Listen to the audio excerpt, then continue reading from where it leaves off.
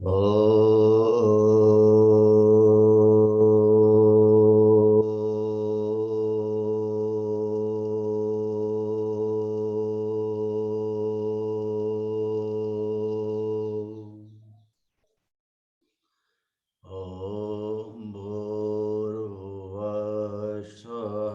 तत्सवितुर्वरेण्यं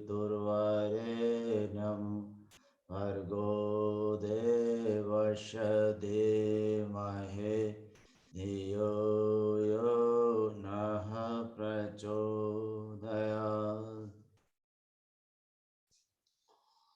आप सभी को प्रातःकालीन प्रणाम। आज का हमारा विषय वस्तु है यौगिक management of the pulmonary tuberculosis. अगर मैं सच कहूं तो non pharmacological management of tuberculosis. तो इस कक्षा में हम पल्मोनरी ट्यूबरकुलोसिस के वजह क्या है, इसकी एपिडेमियोलॉजी क्या है, रिस्क फैक्टर्स क्या है, और ये बैक्टीरिया शरीर में प्रवेश करता है तो कैसे टीबी को पैदा करता है, यानी इसके विकृति विज्ञान का ओवरव्यू क्या है, और ये टीबी पैदा कर लेता है तो पल्मोनरी टीबी के केस में किस तरह के संकेत और लक्षण पाया जाता है, और इसमें आज प्रचलित मेडिकल सिस्टम में ट्रीटमेंट के क्या मोडालिटीज हैं, और लास्टली इसमें योग और इससे जुड़ी हुई अन्य चिकित्सा, योग्योपैथी, नेचुरोपैथी, एक्यूप्रेशर किस रूप में टीबी के प्रिवेंशन और मैनेजमेंट में दिया जा सकता है, ये आज का हमारा मूल विषय वस्तु है।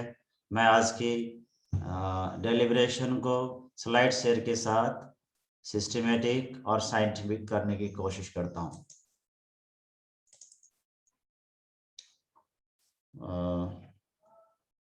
साक्षी, आई होप मेरी आवाज और वीडियो स्पष्ट होगा। जी सर। और मैंने आपको को होस्ट बनाया है, you can speak at any time, right? Thank you. So let me magnify my slide and highlight it for further deliberation. Okay, just yogic management of pulmonary tuberculosis. It's better to say non-pharmacological management of pulmonary tuberculosis. Why I have made the point pulmonary here? Because at present the tuberculosis of bone, gut are also often reported. So let us try to differentiate. Today's discussion is confined to the non-pharmacological management of pulmonary tuberculosis. आज का विषय वस्तु हमारा pulmonary यानी फेफड़े से संबंधित जो टीबी है उसका नॉन फार्माकोलॉजिकल मैनेजमेंट क्या हो सकता है, उसमें मूल रूप से केंद्रित है। साथियों, टीबी एक तरह का पोटेंशियल और सीरियस इन्फेक्शियस डिजीज है और मूल रूप से ये फेफड़े को प्रभावित करता है, यानी टीबी का प्रस्फुटन हमारी फेफड़ों में होता है। लेकिन आज के समय में आधुनिक शोध के निष्कर्ष के मुताबिक टीबी अस्थि में भी हो सकता है और टीबी हमारे आंतों में भी हो सकता है। टीबी के बैक्टीरिया लिम्फ नोड में फैल सकते हैं। टीबी की बैक्टीरिया लिवर में जाता है, हेपेटाइटिस बना सकता है, और इसी तरह से टीबी की बैक्टीरिया एडिनल में जा सकता है। So by the lymphatic and vascular and ear passage, TB bacteria can move in any part of the body and may induce varieties of bacteria-induced health illness. The bacteria that causes tuberculosis are spread from person to person through tiny droplets released into the air via coughs and sneeze. जो TB को पैदा करने वाला bacteria है वो मूल रूप से माइकोबैक्टीरियम ट्यूबरकुलोसिस है, और इसमें बैक्टीरिया कभी अन्य वेरिएशन की भी होते हैं। इसीलिए जो टीबी के को पैदा करने वाले पैथोजन है उनके ग्रुप को माइक्रोबैक्टीरियम ट्यूबरकुलोसिस कॉम्प्लेक्स कहा जाता है। यानी माइक्रोबैक्टीरियम ट्यूबरकुलोसिस टीबी का मेन पैथोजन है, लेकिन कभी कभी अन्य पैथोजन भी टीबी को पैदा करने में जवाबदेही होते हैं। इसीलिए टीबी के पैदा करने वाले सभी पैथोजन को as a whole mycobacterium tuberculosis complex कहा जाता है। निसंदेह ये बैक्टीरिया ड्रॉपलेट इन्फेक्शन के द्वारा फैलता है। जब व्यक्ति खांसता है और इसी तरह से छींक मारता है, तो ऐसे अवस्था में जो इन्फेक्टेड व्यक्ति है उसके शरीर से टीबी के बैक्टीरिया बाहर आते हैं और दूसरे व्यक्ति में ये प्रवेश करते हैं।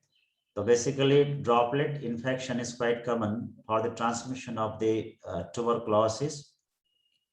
इसके अतिरिक्त व्यक्ति अगर जो मरीज के द्वारा प्रयोग किए गए प्लेट्स का, ग्लास का यूज करता है, कपड़े का यूज करता है, तो भी ये बैक्टीरिया ट्रांसफर हो सकता है। और ये वास्तव में हाईली एरोबिक बैक्टीरिया होता है। जहां ऑक्सीजन है उस एरिया में, ड्राई एरिया में भी ये लंबे समय तक जी सकता है, रह सकता है। ओके, सो साक्षी आवाज आ रही है? Hello? Yes sir. Okay. Yes sir, आवाज आ रही है। Let us talk about the epidemiology. An estimated 1/3 of the world's population is infected with TB. यानी पूरी दुनिया की लगभग 1/3, we have to say 33% जनसंख्या टीबी के इन्फेक्शन से ग्रसित है। लेकिन यहाँ पे एक बात नोट करना होगा कि हमारे शरीर में टीबी का इन्फेक्शन है। माइक्रोबैक्टीरियम ट्यूबरकुलोसिस हमारे शरीर में प्रविष्ट है, तो जरूरी नहीं है कि हमें टीबी के साइन एंड सिम्टम्स दिखाई पड़ेंगे, यानी टीबी क्लिनिकली मैनिफेस्ट हो जाएगा।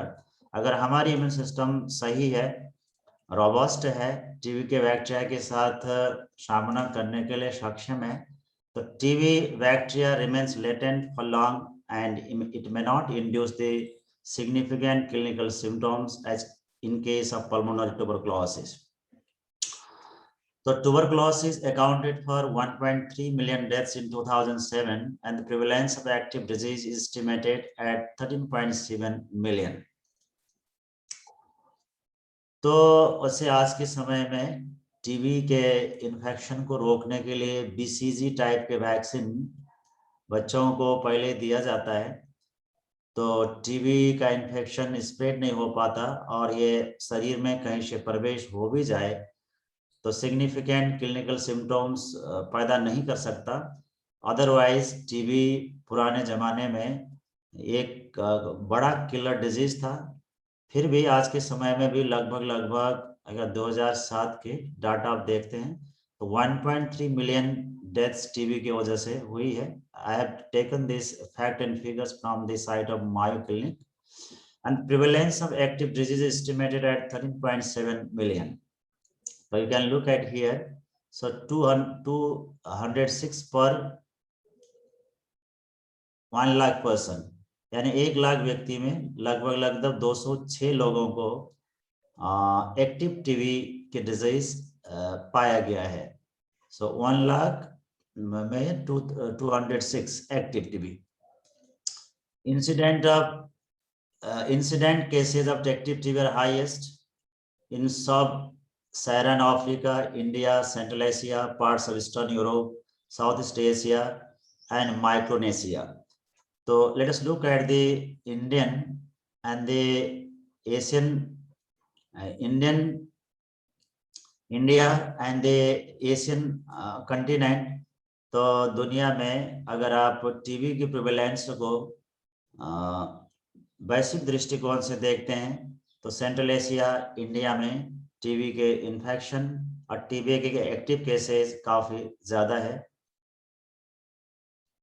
लगभग 100 से ज्यादा। यानी इंडिया और सेंट्रल एशिया में यानी 1 लाख में 100 से अधिक टीबी के एक्टिव केसेस पाए गए हैं। तो ये इसकी एपिडेमोलॉजिकल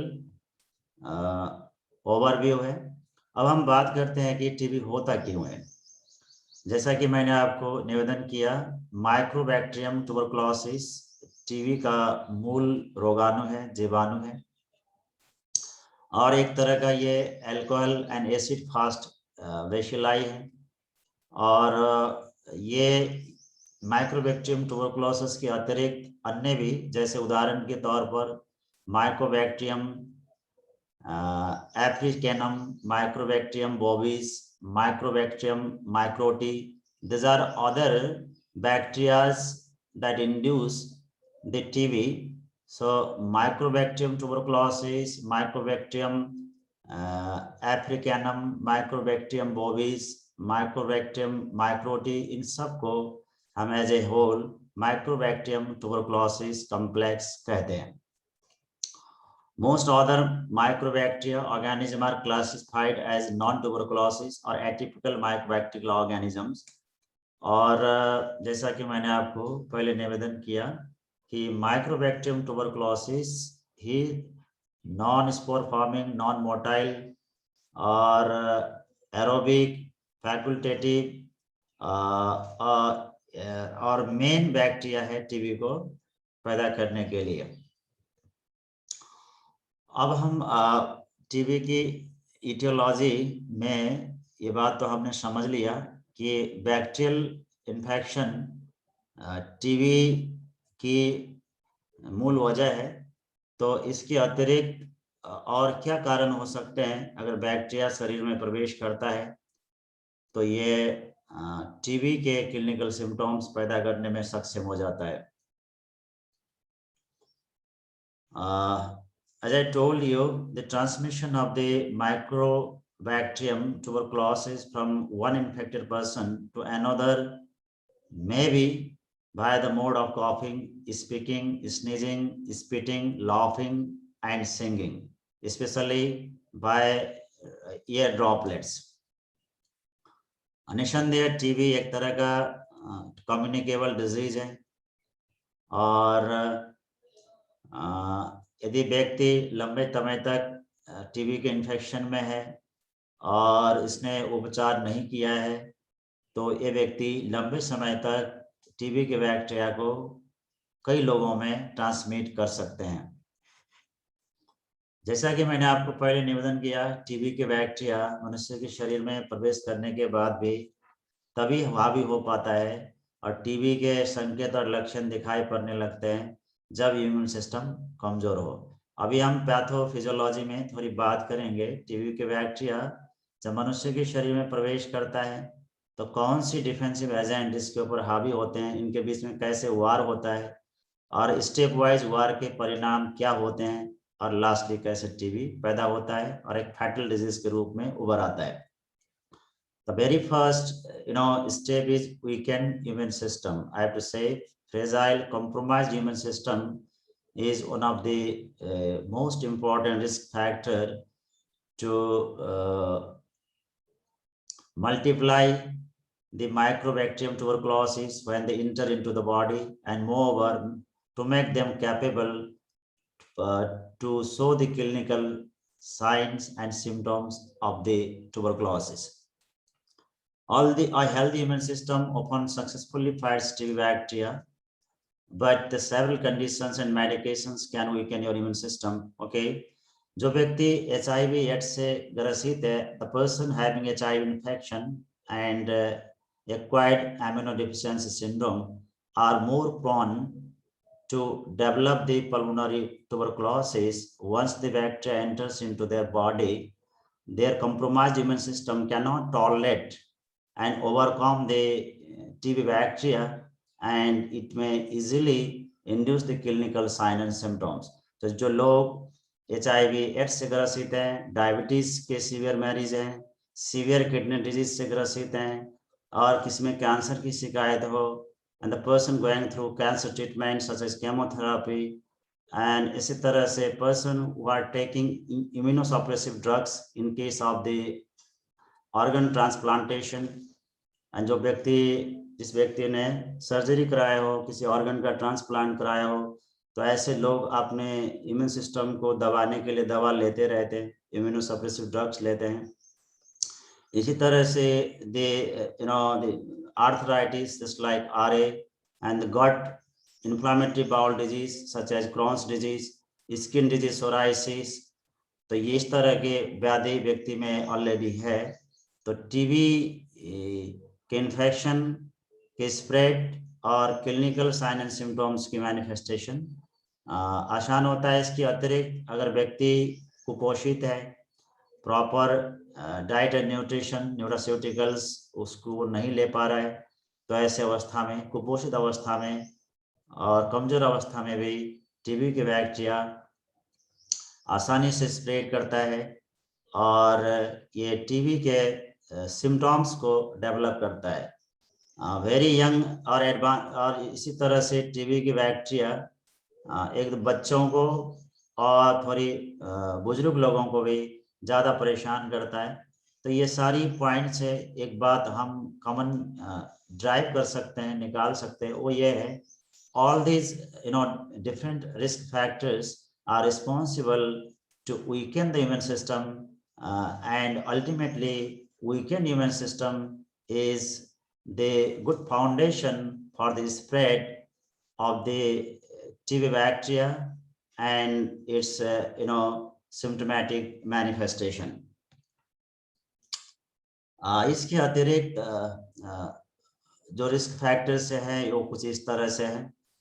जो व्यक्ति ड्रग्स का, अल्कोहल का सेवन करता है, ऐसे लोगों की भी रोग प्रतिरोधक क्षमता कमजोर होती है और टीबी के इन्फेक्शन के लिए काफ़ी प्रोन होते हैं।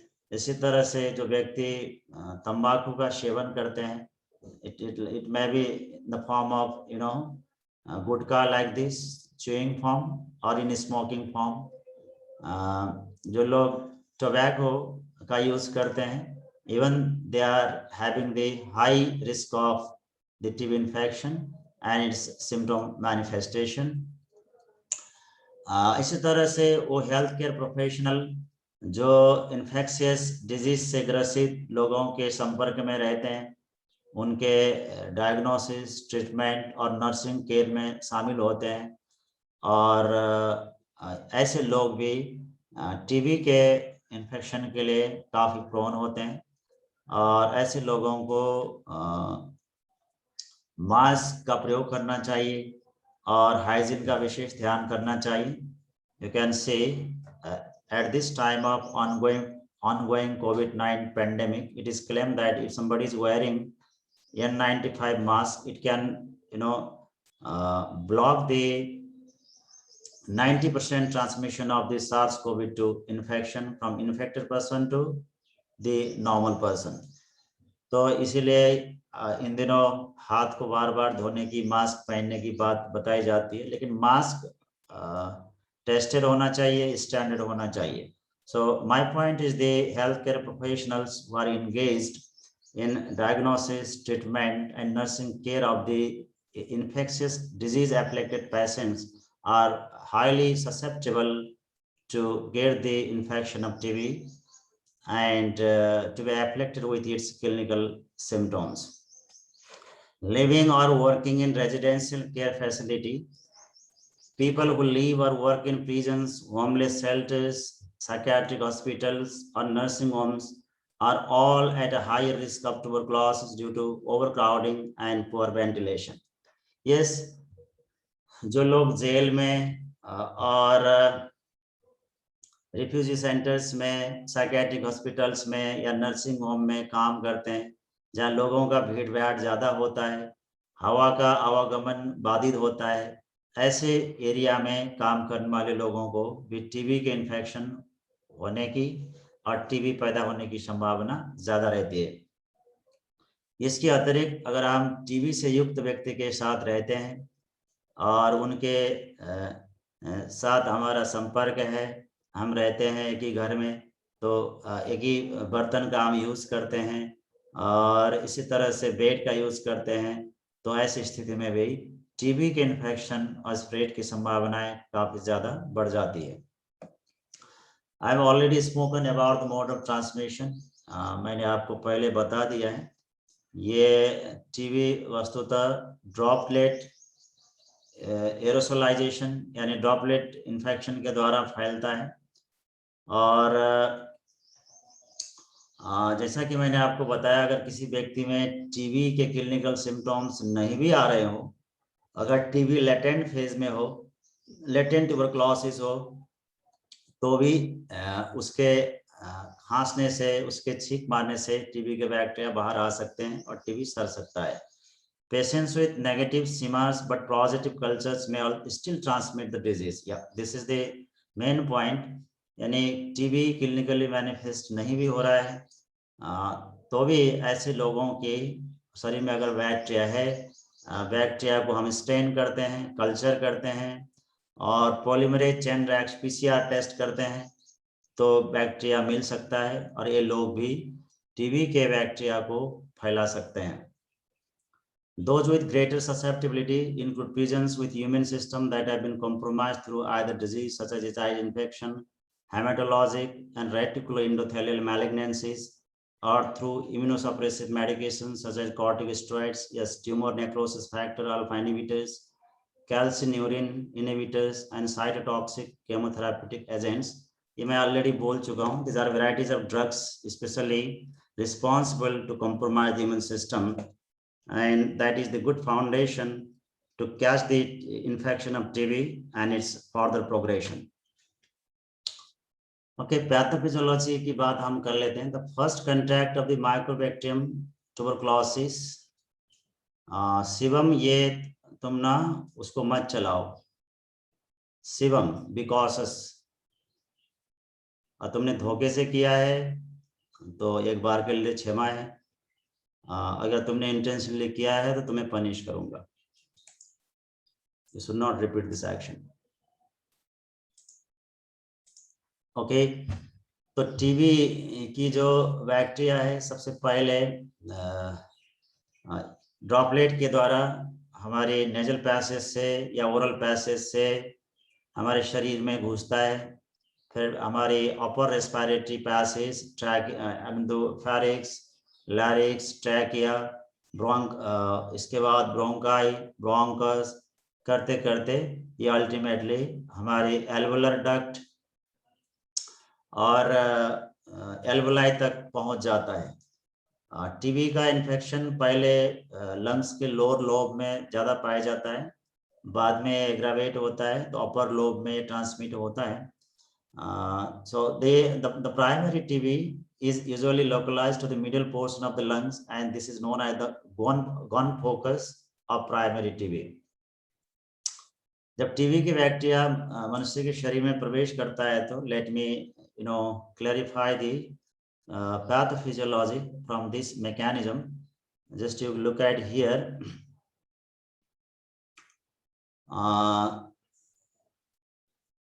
जब टीबी की bacteria, let me bring here, TB की बैक्टीरिया मनुष्य के शरीर में प्रवेश करती है तो सबसे पहले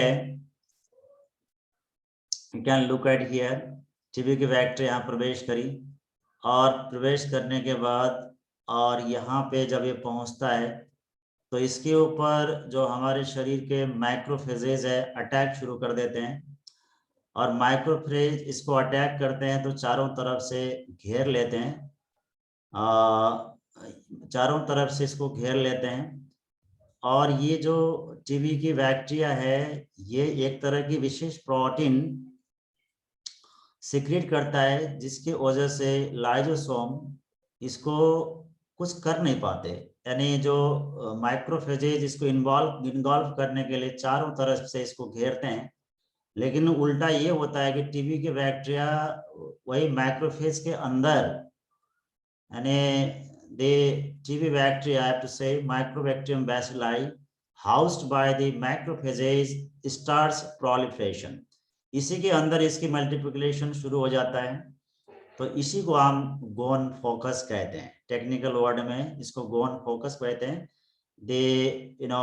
The housing of the TB bacteria by macrophages and lysosome is called the गोनफोकस। और गोनफोकस के अंदर ही टीबी की बैक्टीरिया प्रोलिफरेट होता है, मल्टीप्लाई होता है, क्योंकि जो लाइजोसोम के द्वारा इसको खत्म करने के लिए जो केमिकल का सिक्रेशन होता है उसको ये आसानी से झेल लेता है, उससे इसको कोई फर्क नहीं पड़ता।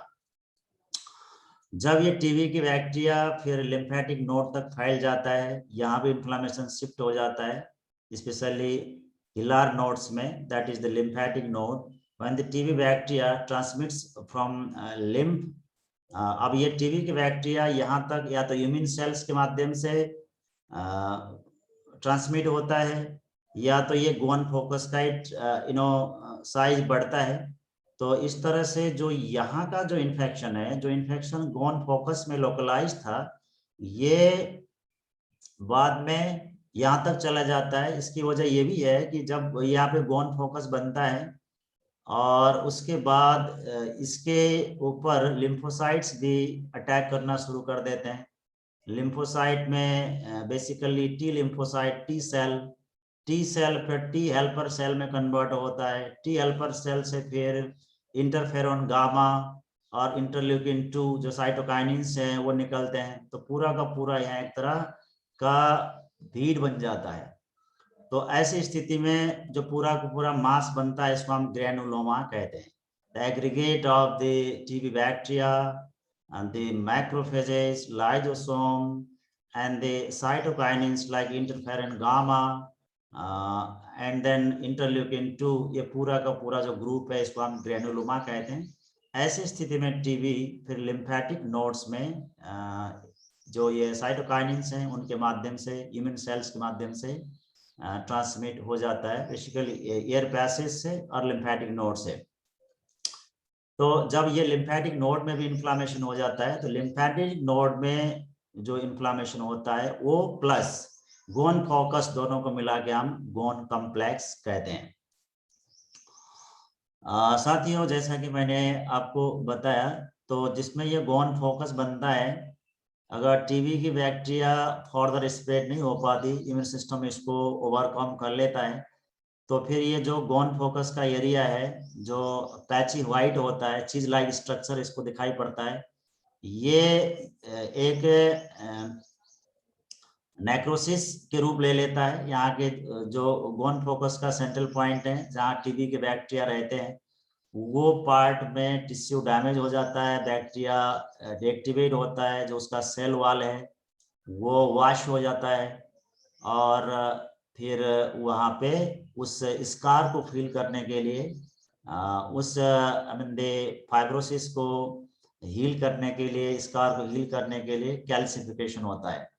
तो फिर टीबी एक तरह से वो टीबी लेटेंट रहता है और इसके क्लिनिकल सिम्टम्स नहीं आ पाते हैं। अगर मान लीजिए 90% में 90% ज्यादा अधिक में ऐसा ही होता है, और फिर भी अगर हम पीपीडी टेस्ट करें टीबी के केस में तो ये पॉजिटिव ही आएगा। यानी टीबी के अगर हम यहाँ पे टेस्ट करें, स्पेशली पीपीडी टेस्ट टीबी का प्राइमरी टेस्ट है, अगर टेस्ट करें तो इस केस में भी टीबी एक्टिव तो नहीं होगा, लेटेंट होगा, लेकिन ये पॉजिटिव ही आएगा। अगर व्यक्ति माल नरिश्ड है, माल न्यूट्रिशन का शिकायत है, एड्स या अन्य क्रॉनिक इलनेस से ग्रसित है जिसकी वजह से उसके इम्यून सिस्टम कमजोर है, तो ऐसी स्थिति में फिर टीबी क्लिनिकल सिम्टम्स मैनिफेस्ट कर सकता है। साथ साथ में टीबी की बैक्टीरिया ब्लड में जा सकता है। तो जब टीबी की बैक्टीरिया ब्लड में चली जाती है तो उसकी वजह से ब्लड की व्याधियां पैदा होती है। जो ब्लड में टीबी का बैक्टीरिया ट्रांसमिट हो जाता है उसको हम बैक्टीरियमिया कहते हैं। इसके अतिरिक्त टीबी की bacteria blood vessel, airway passage, lymph nodes के थ्रू शरीर के अलग अलग पार्ट में, मेनिंजेस में, वर्टिब्रा में, स्प्लीन में, एड्रिनल में, जॉइंट्स एंड बोन्स में, लंग्स में तो था ही, लिवर में, लिम्फ नोड्स में, चारों तरफ फैल जाता है। इसको हम मिलियरी ट्यूबरकुलोसिस कहते हैं। और इसके वजह से जहाँ ये पहुँचता है उस अंग से संबंधित अलग अलग तरह के व्याधियाँ पैदा होती हैं। तो साथियों, अब ये अगर इम्यून सिस्टम रोबस्ट है या हालात लंबे समय तक बना रहता है तो टीबी के क्लिनिकल सिम्टम्स नहीं आते हैं। लेकिन जब व्यक्ति कभी ना कभी लाइफ में इम्यूनोसप्रेसिव ड्रग ले लेता है या व्यक्ति की उम्र बढ़ता चला जाता है तो टीबी का ये जो इनएक्टिव जो बैक्टीरिया है फिर रिएक्टिवेट होता है। रिएक्टिवेट होने के बाद फिर ये यहाँ से अपने एक्टिविटी को शुरू करता है। लास्टली जो इम्यून सिस्टम का वार है, जैसा मैंने आपने बताया, पहले माइक्रोफेजेज एक्टिव होते हैं, फिर उसको चारों तरफ से इंसर्कल करते हैं, लाइजोसोम उसमें जाके सिक्रीट करते हैं, फिर बाद में जाके जो हमारी लिम्फोसाइट्स है, specially T lymphocytes, T helper cells, interferon gamma, interleukin 2, tumour necrosis factor, ये सारे के सारे इसको धराशायी करने के लिए कोशिश करते हैं। अल्टीमेटली इन्फ्लामेशन होता है और यहाँ पे गड्ढे बन जाती है। टीबी के बैक्टीरिया की वजह से गड्ढे बनते हैं। फाइब्रोकेशियस कैविटी लीजन, एक तरह का घाव बन जाता है, स्पेशली लंग्स के अपर पार्ट में ज़्यादा दिखाई पड़ता है। इसका वजह ये है कि टीबी की बैक्टीरिया एरोबिक नेचर का होता है। लंग्स के उस पार्ट को ये जल्दी इन्फेक्ट करता है, उस पार्ट में ज़्यादा ये जल्दी प्रोलिफरेट करता है जिस पार्ट में ऑक्सीजन की सप्लाई ज़्यादा होती है। तो ऑफ कोर्स जो लंग्स का अपर वाला पार्ट है वहाँ पे जो ऑक्सीजन का अप्रोच और सर्कुलेशन सहज होता है और ज़्यादा होता है। तो मोस्ट इम्पॉर्टेंटली टीबी के बैक्टीरिया उसी में जाके मल्टीप्लाई होता है, वहीं पे फाइब्रोकेशियस कैविटी लेजन डेवलप करता है। और that's the the brief overview on pathophysiology of the TB। और ये बात मैंने आपको समझा दिया। और ओके, ये अगेन यही बात है pathophysiology. Most people who develop tuberculosis do so after long period of latency. कभी कभी अगर व्यक्ति के इम्यून सिस्टम मजबूत है तो गॉन फोकस बनने के बाद, और आई हैव टू से दे यहाँ पे जो स्कार है उसके कैल्सिफिकेशन होने के बावजूद भी टीबी लंबे समय के बाद दोबारा आ सकता है। और इसको हम सेकेंडरी ट्यूबरकुलोसिस कहते हैं। एक बार टीबी के बैक्टीरिया अंदर चला जाए, फिर गॉन फोकस बनने के बाद वो स्कार में बदल जाए, कैल्सिफाई हो जाए, और वो पैसिव हो जाए, फिर कई वर्षों के बाद उम्र की वजह से या अन्य किसी इम्यूनोसप्रेशन की वजह से ये दोबारा पैदा होता है, तो हम इसको सेकेंडरी ट्यूबरकुलोसिस कहते हैं, because that is the reactivation of the latent tuberculosis infection. The lesions of secondary tuberculosis are in the long episodes. A smaller portion of people who develop secondary tuberculosis thus so after getting infected second time. So that's about the TB and its pathophysiology। और ये मैं बात आपको समझा चुका हूँ कि immune cells की जो वार है, T lymphocytes, CD4 cells TB के बैक्टीरिया के ऊपर लेटर स्टेज में हावी हो जाते हैं। Again cytokinins, interleukin 2, interferon gamma and later on tumour necrosis factor 2, ये सारे हावी होते हैं। एंड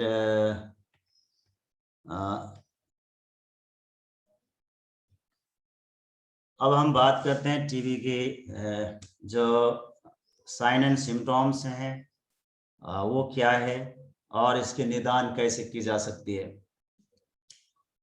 टीबी के डायग्नोसिस के लिए जैसे मैंने आपको बताया, पीपीडी सबसे पहला टेस्ट है, और उसके बाद एवीआर टेस्ट इसमें की जाती है, और दोनों पॉजिटिव आता है तो फिर चेस्ट एक्सरे, लंग्स के अंदर टीबी ने क्या स्थिति पैदा किया है उसको एग्जैक्ट रूप में समझने के लिए की जाती है। जो व्यक्ति टीबी से ग्रसित होता है उसको लंबे समय तक खांसी बना रहता है, उसके वजन में न्यूनता आती है, वजन गिर जाता है, उसको बुखार आता है, रात को पसीने आते हैं, और इसी तरह से वो व्यक्ति कभी ना कभी टीबी के व्यक्ति के साथ नोइंगली अननोइंगली संपर्क में आया हो, ऐसा उसका हिस्ट्री रहता है। एंड हो सकता है व्यक्ति में HIV एड्स भी हो और उसके जो कफ है उसमें खून आता है, तो लंबे समय तक खांसी रहना, वजन में कमी आना, रात में पसीने आना, बुखार आना, इसी तरह से टीबी के व्यक्ति के साथ संपर्क की पुरानी हिस्ट्री होना, हो सकता है HIV इन्फेक्शन की स्थिति होना या उसके रक्त में खून आना। ये टीबी के क्वेश्चनर में साइकोमेट्रिक स्क्रीनिंग के लिए शामिल की जाने वाली कुछ महत्वपूर्ण पॉइंट्स हैं। अगर इन पॉइंट्स को शामिल करके हम क्वेश्चनर बनाते हैं और उस साइकोमेट्रिक टूल को हम उसी व्यक्ति के द्वारा भराते हैं, तो इससे तकरीबन अनुमान लगाया जा सकता है कि इस व्यक्ति में टीबी है या नहीं है, टीबी की संभावना है या नहीं है। जैसा कि मैंने आपको बताया, एसिड फास्ट स्टैनिंग, झील और नील्सन, ये टेस्ट इसमें की जाती है। इससे टीबी के बैक्टीरिया है या नहीं एकदम पता चल जाता है। इसके बावजूद टीबी में बैक्टीरिया की कल्चर सबसे इम्पोर्टेंट होती है, साथ साथ में PCR टेस्ट भी इसमें की जाती है। और ओवरऑल टीबी के केस में चेस्ट का एक्सरे कंफर्मेटरी डायग्नोसिस है। इससे पता चल जाता है कि टीबी का लंग्स में जो अटैक है किस लेवल का है और किस तरह का है। So the acid fast staining, Ziehl Neelsen test, culture, bacteria culture, chest X ray, ये इसके कुछ मेन टेस्ट हैं। और एक और खास टेस्ट टीबी में की जाती है, इससे पहले भी एक वैसे कंफर्मेटरी टेस्ट नहीं है,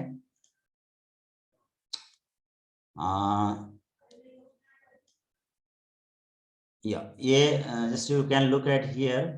टीबी में जो एक आई हैव टू से द आइडेंटिफाइंग टेस्ट जो शुरुआत में की जा सकती है वो ये है कि उसके स्किन के जो डर्मेटोलॉजिकल लेयर है उसमें एक इंजेक्शन दिया जाता है, इसका नाम है ट्यूबरक्यूलिन। ट्यूबरक्यूलिन एक इंजेक्शन का नाम है। ये आर्मपिट के नीचे भी दिया जाता है, आगे फोआर्म में भी दिया जाता है।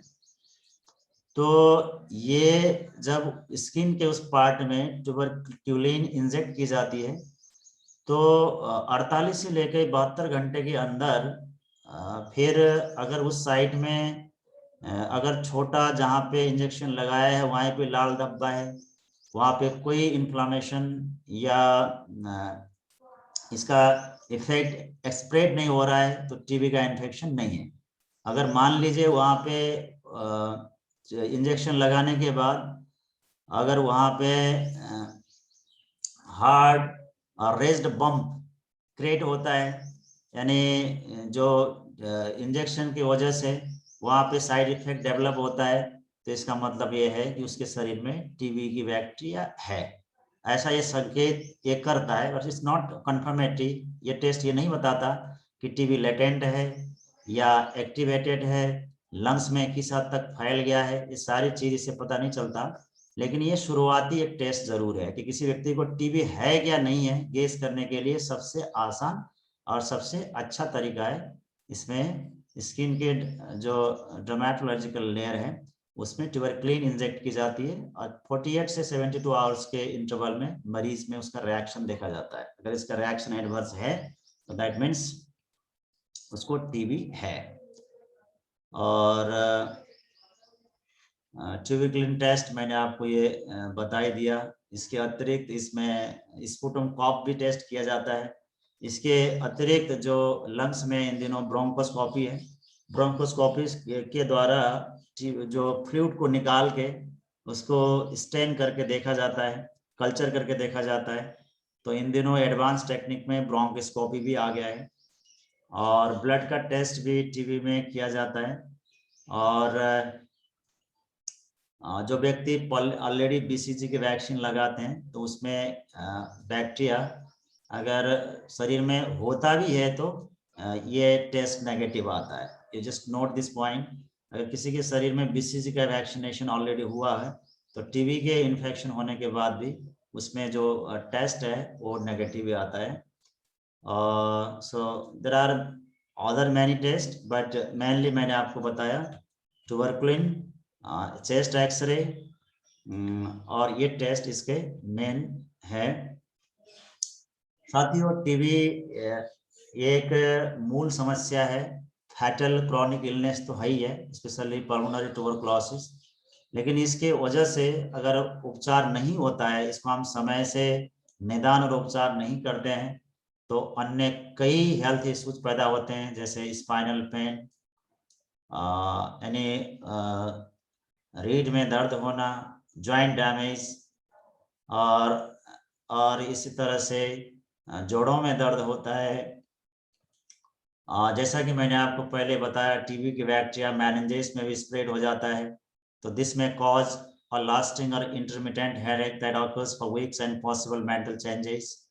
सिर दर्द बना रहता है, एंड इट में affect the liver, adversely affect the liver and kidneys, जिसकी वजह से इन दोनों ऑर्गन्स की प्योरीफाइंग और डिटॉक्सिफिकेशन कैपेसिटी में डिक्लाइन आती है, और अल्टीमेटली लिवर और हेपेटिक एंड रेनल फेलियर की अवस्था बन सकती है। टीबी की बैक्टीरिया हमारी हार्ट के टिश्यू को भी प्रभावित कर सकता है, और इसकी वजह से हमारी कार्डियक फंक्शन भी इम्पेयर हो सकती है। और टीबी के व्यक्ति को अगर ट्रांसमिशन को रोकना है तो घर में रहना चाहिए, और उसको एक वेंटिलेटर रूम में रहना चाहिए, मुंह को मास्क आदि लगाना चाहिए, कॉफ करते, स्नीजिंग, कॉफिंग, लाफिंग, सिंगिंग आदि के समय ध्यान रखनी चाहिए, उसके पानी के, भोजन के बर्तन अलग रखनी चाहिए। So this are the some preventive measures. और टीबी के लिए इन दिनों डॉट्स, डायरेक्ट ऑब्जर्वेशन में ट्रीटमेंट की एक पुख्ता प्लान है। अगर व्यक्ति टीबी के जो निर्धारित कोर्स को पूरा कर लेता है, तो 90% लोग इससे नेगेटिव हो जाते हैं और ठीक हो जाते हैं अगर समय।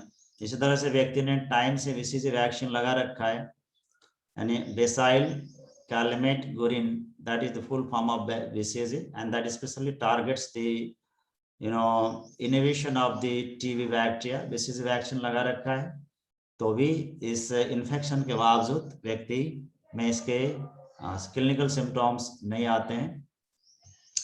और ये बात मैं आपसे बता चुका हूँ, कॉफ बता दिया। हाँ, एक सिम्टम्स इसमें और है, सीने में दर्द होता है, और श्वास लेते समय कॉफ, खांसते समय दर्द होता है, और अनैच्छिक और अनएक्सपेक्टेड रूप से वजन लस हो जाता है, व्यक्ति में थकान होता है, काफी कमजोर हो जाता है व्यक्ति, बुखार आता है, रात में पसीने आते हैं, कभी कभी उसको ठंडक भी लगता है, भूख मर जाता है। These are the accepted signs and symptoms of the active pulmonary tuberculosis. और ये बात मैं अगेन आपको पहले ही शेयर कर चुका हूँ। अब मैं टीबी की क्या ट्रीटमेंट हो सकती है, नॉन फार्माकोलॉजिकल मैनेजमेंट क्या हो सकता है, उसकी बात आपके साथ कर लेता हूँ। हमने अभी टीबी के introduction, epidemiology, aetiology, risk factors, pathophysiology, sign and symptoms, overview of the diagnostic modes के बारे में बात कर ली। अब हम इसके बात करते हैं मैनेजमेंट की। ओके, यौगिक मैनेजमेंट में क्या क्या चीज़ें हो सकती है, तो ये चीज़ें मैं आपको लिख के बताना पसंद करूँगा, तो मैं इसको मिनिमाइज कर लेता हूँ। और ये वास्तव में एक इंसाइटफुल विषय वस्तु है कि जो टीबी का यौगिक मैनेजमेंट है क्या हो सकता है। Let us think and discuss. यौगिक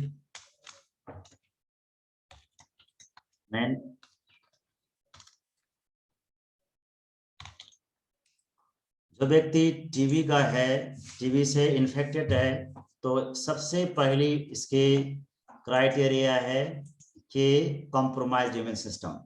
ह्यूमन सिस्टम कॉम्प्रोमाइज है कोई इन्फेक्शियस डिजीज के वजह से या क्रोनिक इलनेस के डिजीज से, एजिंग की वजह से, तभी जाके टीबी का बैक्टीरिया स्प्रेड होगा। तो मैं समझता हूँ कि मनुष्य को अपने साइकिक और सोमैटिक लेवल में मॉर्बिडिटी को नहीं रहना देना चाहिए। इम्यून सिस्टम को सप्रेस करने का एक मूल फैक्टर स्ट्रेस भी है। तो टीबी के व्यक्ति को नैतिक अभ्यास शुरू में, जब मैं अभी एकदम एक्यूट फेज की बात नहीं कर रहा, अगर व्यक्ति नैतिक अभ्यास करता रहे जल नीति सूत्र नीति का, तो ये जो अपर रेस्पिरेटरी ट्रैक्ट में बैक्टीरियल इन्फेक्शन है उसको फ्लश आउट करने में, माइंड एंड मूड को काम करने में, और स्पेशली इम्यून सिस्टम को पावर करने के लिए अच्छा हो सकता है। Once in week it's expected, it's recommended once, sorry I have to say neti daily, I mean जल नेति सूत्र नेति दोनों हो सकता है। और एक खास बात और, टीबी के केस में अगर लेटेंट फेज में है तो कपालभाति का अभ्यास कराया जा सकता है। इसकी फिजियोलॉजिकल वजह क्या है, कोई मुझे बता सकता है? वजह यह है कि लंग्स में अगर ऑक्सीजन की सप्लाई ज्यादा भी हो तो टीबी स्प्रेड ज्यादा करता है। टीबी के बैक्टीरिया को they are actually called aerobes, they can proliferate and multiply in oxygen rich environment. So the induction of hypoxia, I mean to increase slightly carbon dioxide level in lungs is good to inhibit the proliferation. I have to say the spread of the TB bacteria. Kapalbhati is good, yes. And Kapalbhati, then we can go for Anulom. So, yes. Sir, will you please repeat this Kapalbhati's mechanism? Yeah, Kapalbhati, may we go for subsequent exhalation, and the subsequent exhalation may induce the hypoxia. That is more about the increased level of carbon dioxide in the lung side, and the increase of carbon dioxide may inhibit the multiplication, I mean the spread of TB bacteria in the lungs because they are highly aerobic in nature. इसीलिए तो TB का जो spread है जो घन focus है उसके बाद अगर रिएक्टिवेट होता है तो अपर लोब में होता है, क्योंकि अपर लोब में एरिएशन ज्यादा होता है। सो कपालभाति की वजह से कार्बन डाइऑक्साइड की लेवल बढ़ जाती है, तो कार्बन डाइऑक्साइड का लेवल बढ़ जाना टीबी के बैक्टीरिया के स्प्रेड को डाउन करता है, क्योंकि वो एरोबिक नेचर का होता है। Okay, Anulom, so yes of course we can include Anulom Vilom, and then I recommend the Nadi Shodhan, of course, Nadi Shodhan. And यहाँ पे एक खास बात मैं आपको बता रहा हूँ, नाड़ी शोधन with outer breath retention. I have to say बाह्य कुंभक, outer breath retention is the best practice, is best recommended.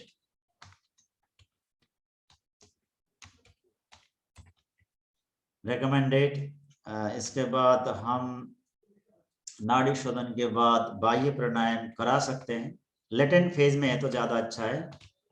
बाह्य pranayama is again good. I don't prescribe bhastrika here, bahya is good. So ujjayi अच्छा है, भ्रामरी भी हम करा सकते हैं, yes, Udgeeth is also good. So this are they. यहाँ पे मैं जो एक चीज और जोड़ना चाहूंगा, एग्जैक्टली बाह्य के बाद यहाँ पे जो धीरेन्द्र ब्रह्मचारी की कपोल शक्ति विकासक है, कपोल शक्ति विकासक is again good. So okay, why I directly jump to the pranayam, right? It was not expected. Just wait. I was just talking about the pranayam. Let me put here. This is breath regulation. I prefer breath regulation. Right, so let me move back again. Suddhi Kriya, Neti, Kapalbhati, and I have to say no dhauti, धोती की अभ्यास में इसमें बताऊंगा नहीं। नोती देती बस्ती, yes it's recommended. Enema, enema weekly, weekly. Kapalbhati daily, daily 3 to 5 minutes। वेनस, dhauti neti basti, yes agnisar and nauli are good. व्यक्ति कर सकता है लेटेंट फेज में। अग्निसार, अगर लंग्स में डैमेज नहीं है तो, डिजनरेशन ज्यादा नहीं हुआ, मरीज को नहीं बोल रहा हूं मैं। Agnisar and nauli are good at for latent TB, LTB. और धोती बस्ती नेति कपालभाति, यस ये अभ्यास हम करा सकते हैं। Neti, kapalbhati, enema, agnisar. Again this is daily, that can be practiced daily, especially at latent phase. Let me move ahead and talk about the postures, postural flow. Poses, I highly recommend the practice of loosening series. Loosening series.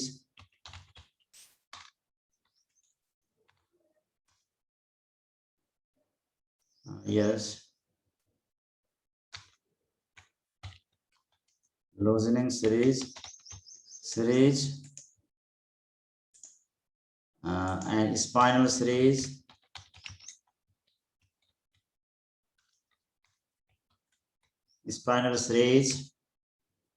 and then of course sun salutation after 3 months. ये अभ्यास, this to be, this both series should be recommended for 3 months, for 3 months, right? And then Surya Namaskar, I prefer to put TTK, Tadasan, Triktadasan, Kati Chakrasan, and then Shashank Bhujang,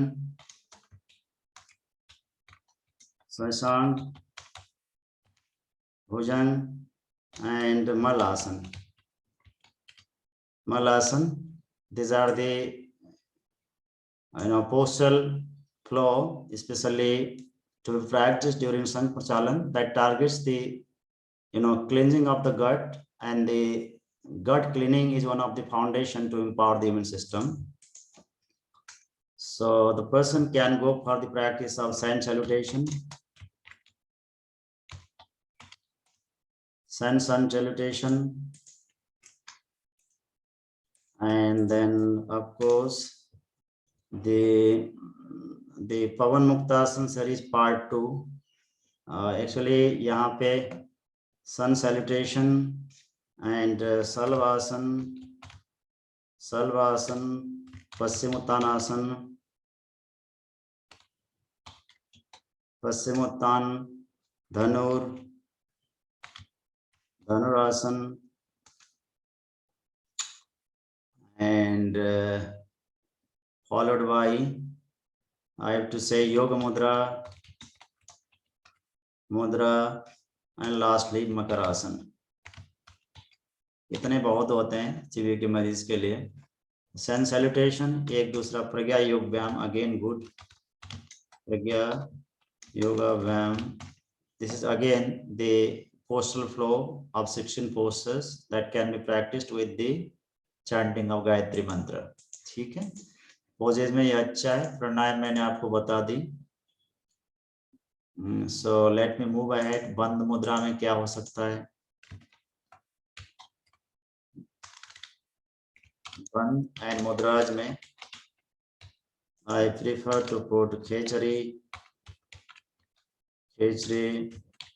ज्ञान, विपरीत करनी। अगर वो कर सके, विपरीत करीन तो मैं लिख ही देता हूँ। विपरीत करनी विथ खेचरी मुद्रा, उज्जाय प्राणायाम एंड मूल बंद। यानी प्रैक्टिस ऑफ विपरीत करनी more than 10 minutes, यानी above 10 minutes with Khechari, I have to say उज्जाय and मूल बंद। may induce magical effect. Yes, Mool Bandh itself is good practice. Bandh is Aswini Mudra. Aswini is good. And I put, a person can do महाबंध. ये पहला तो नहीं कर पाएगा, बाद में आप ये अभ्यास करा सकते हैं. महाबंध, Mahamudra, Mahamudra followed by महावेद, महावेद and महावेद, महावेद. So these are the practices. I also recommend the practice of Bajroli and Sahajali. Bajroli and Sahajali in simplified form, not as mentioned in the text as such, that is unethical. Simplified form में आप कर सकते हैं. धारणा,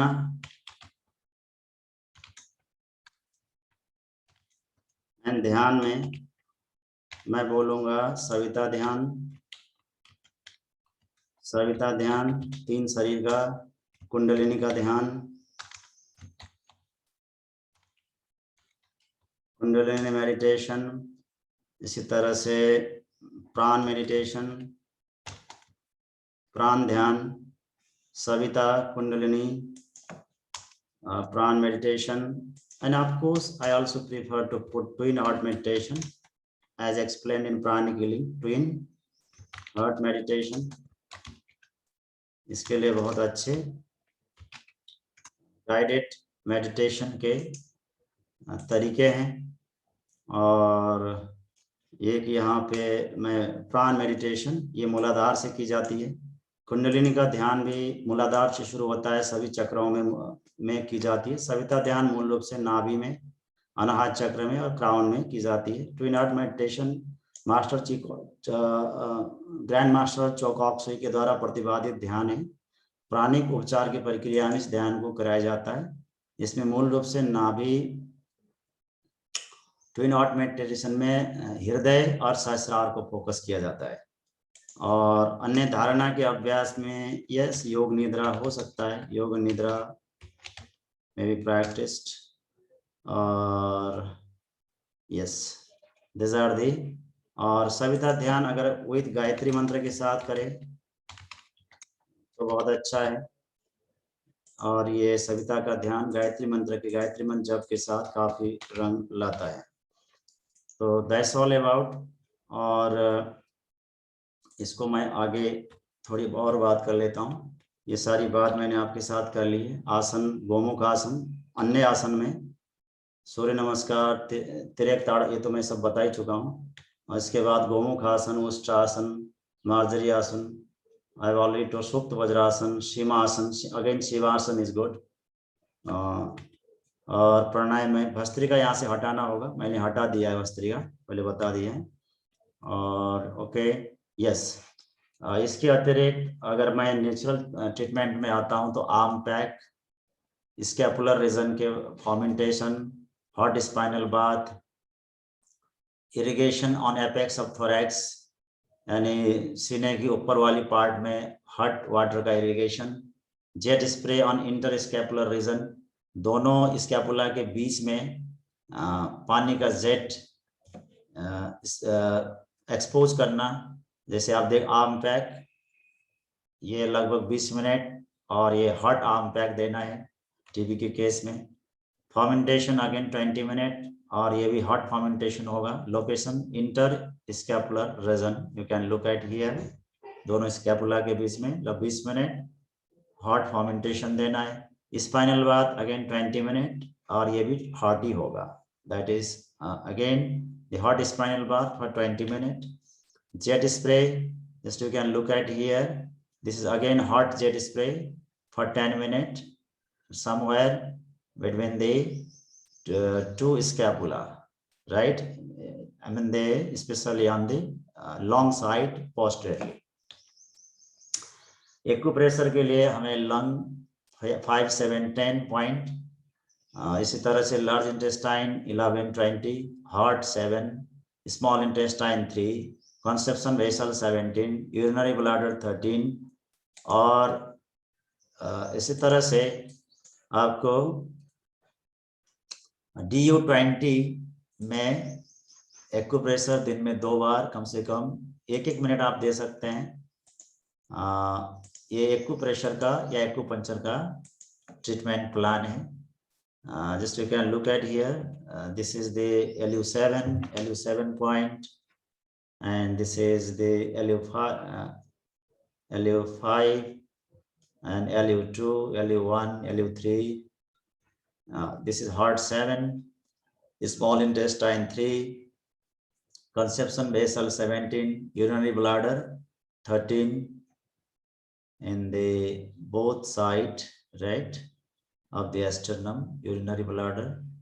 और क्रोमोथेरापी में TB के व्यक्ति को हरे रंग के प्रकाश का ध्यान करना चाहिए और उसको लाल कलर से युक्त रूम में जहाँ लाल प्रकाश हो उस कमरे में बैठ के उज्जाई प्राणायाम का अभ्यास करना चाहिए। और इसी तरह से पीले कलर से युक्त रूम में भी लंबी गहरी श्वास प्रश्वास का, एब्डोमिनल ब्रीदिंग का, योगी ब्रीदिंग का अभ्यास कर सकता है। ऐसे व्यक्ति को हरे रंग के कपड़े पहनने चाहिए। और इसी तरह से मड थेरापी के अंतर्गत इसके अपने दोनों आर्म्स में मड का एप्लीकेशन करना चाहिए। बेसिकली इंटर स्कैपुलर रीजन में मड का एप्लीकेशन करना चाहिए। फुल बॉडी में भी मड का एप्लीकेशन इसमें अच्छा प्रभाव डालता है। और मड का एप्लीकेशन दोनों हथेलियों में और तलों में भी अच्छा होता है। So that's about the mud therapy. Mud application on both arms, in between interscapular region, full body mud application, and mud application in both palms and soles. जो आहार है उसको जो फ्रूट उसको लेना चाहिए, साइट्रस फ्रूट लेना चाहिए, जैसे एप्पल, पोमैग्रेनेट, सब्जियों में कैरोट्स, टोमेटो, ग्रीन वेजिटेबल जिसमें विटामिन सी, विटामिन ए पर्याप्त पाई जाती है। And this are the good antioxidants too, जिसमें ओमेगा की सप्लाई अच्छी होती है, chia seed, flax seed, pumpkin seeds, and the oily fishes like salmon, mackerel, tuna etcetera. And the regular intake of ginger, turmeric are best recommended. They are the potential anti-inflammatory and antioxidant herbal eatables, ये अच्छा है। और जो व्यक्ति TB से युक्त है उसको नमक कम खाना चाहिए, कार्बोनेटेड ड्रिंक्स नहीं लेना चाहिए, fried and bottle foods avoid करनी चाहिए, non veg is not good, and of course alcohol और टोबैको का इंटेक टीबी को एग्रावेट करता है, ये मैं आपको पहले समझा चुका हूँ।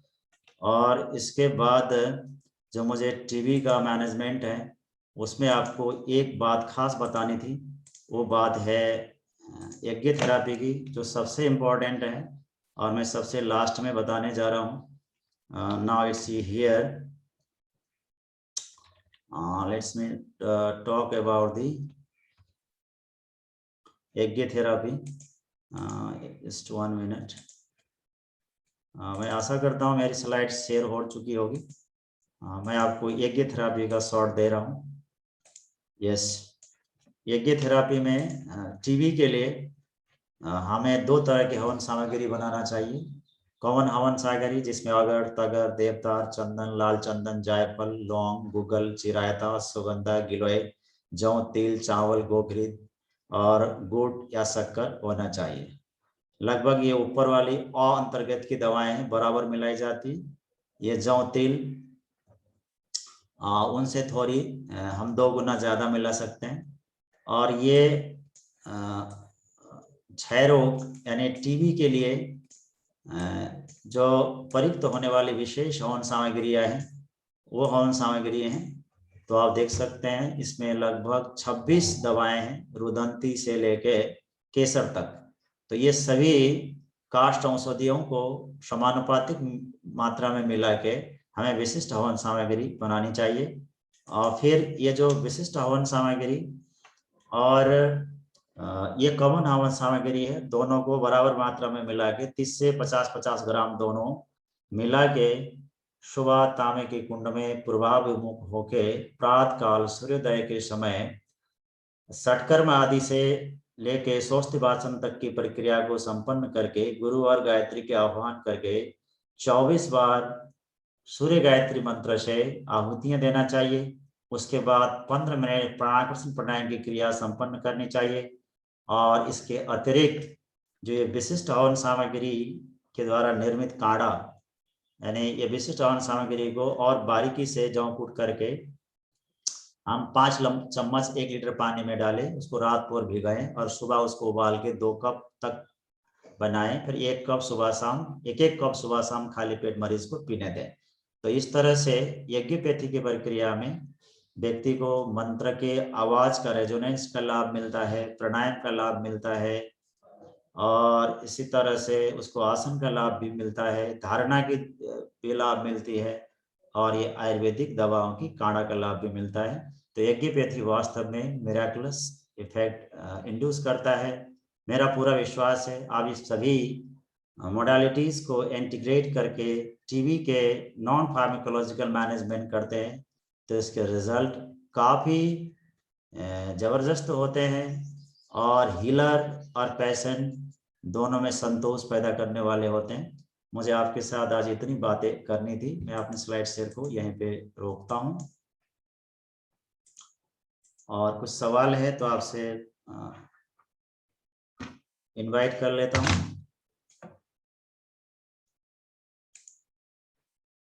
आप हैंड रेज कर सकते हैं तो मैं 1 बाय 1 अनम्यूट कर सकता हूं।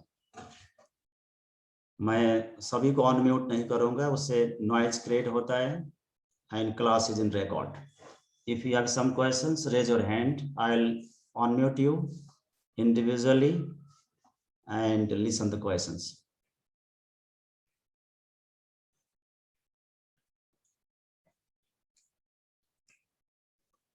किसी ने मुझे हैंड रेज नहीं किया है तो मैं मानता हूं कि आपको विषय वस्तु समझ में आया होगा। आप अपनी वीडियो ऑन कर लीजिए, मैं आपकी अटेंडेंस मार्क कर लेता हूं।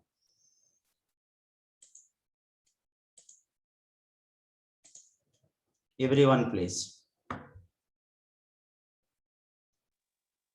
सर संजना। हाँ बताइए।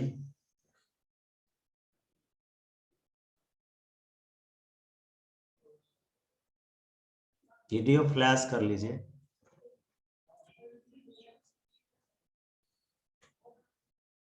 Everyone please, I'm marking your attendance. Just 1 second.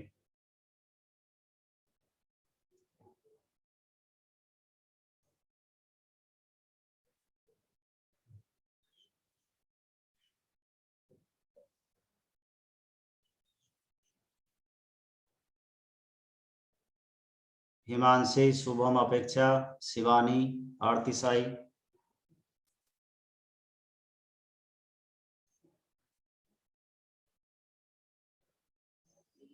Himanshi, Shubham, Apeksha.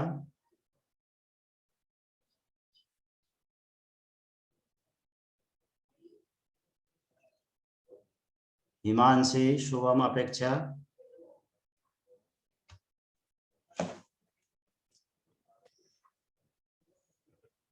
Okay.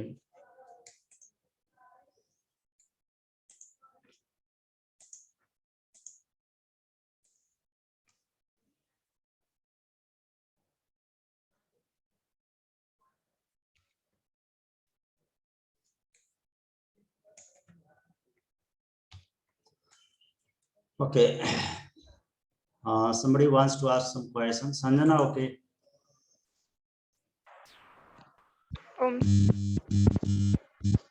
Ji sir, pranayama में अनुलोम और अनुलोम प्राणायाम बताया तो इसमें difference?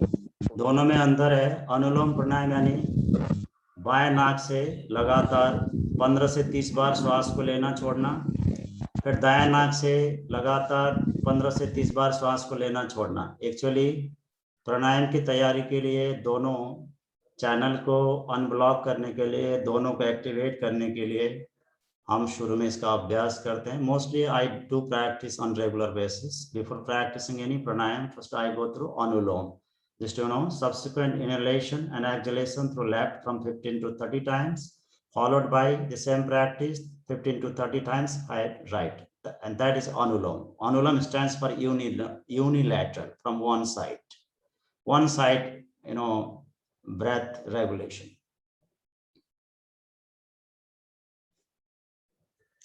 Anything else? Okay, Subham.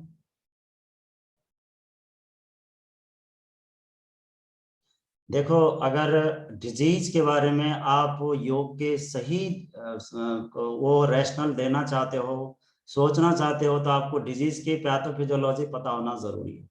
Disease की पैथोफिजियोलॉजी पता होगा।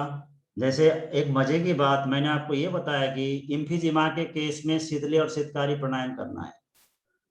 जो तथाकथित योग के थेरापिस्ट है, वो कोई ऐसा नहीं बोलेगा कि इम्फिजिमा में शीतली शीतकारी प्राणायाम होता है। जब तक साइंस नहीं पता, पैथोफिजियोलॉजी नहीं पता, तो व्यक्ति तुक्के से योग प्रैक्टिस का एक सही रैशनल रेकमेंडेशन नहीं कर सकता। इम्फिजिमा में ईयर सैक का डायलेशन होता है, तो उससे ज्यादा प्रॉब्लम आती है, बाद में डिप्लेशन होता है। तो that is the point. Shubham ने सवाल पूछा नहीं? ये पूछ रहा था Shubham, no question. Sanjana, still you want to ask something? You have still raised your hand. Sanjana? Okay. तो आपकी हैंड्स को मैं डाउन कर देता हूं।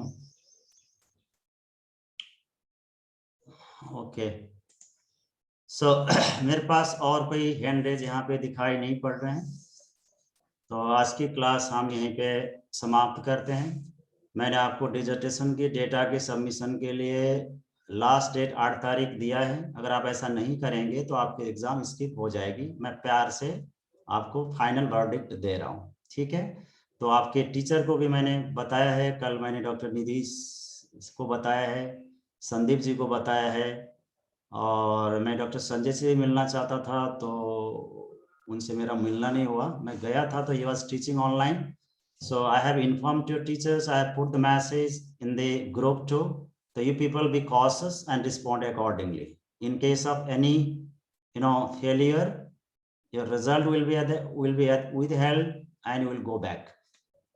तो आज की बात है यहीं पे समाप्त करता है। ओम शांति। आप सभी को सादर प्रणाम। कल मिलेंगे नया जोश, होश और विषय वस्तु के साथ। तब तक के लिए आप सभी को धन्यवाद।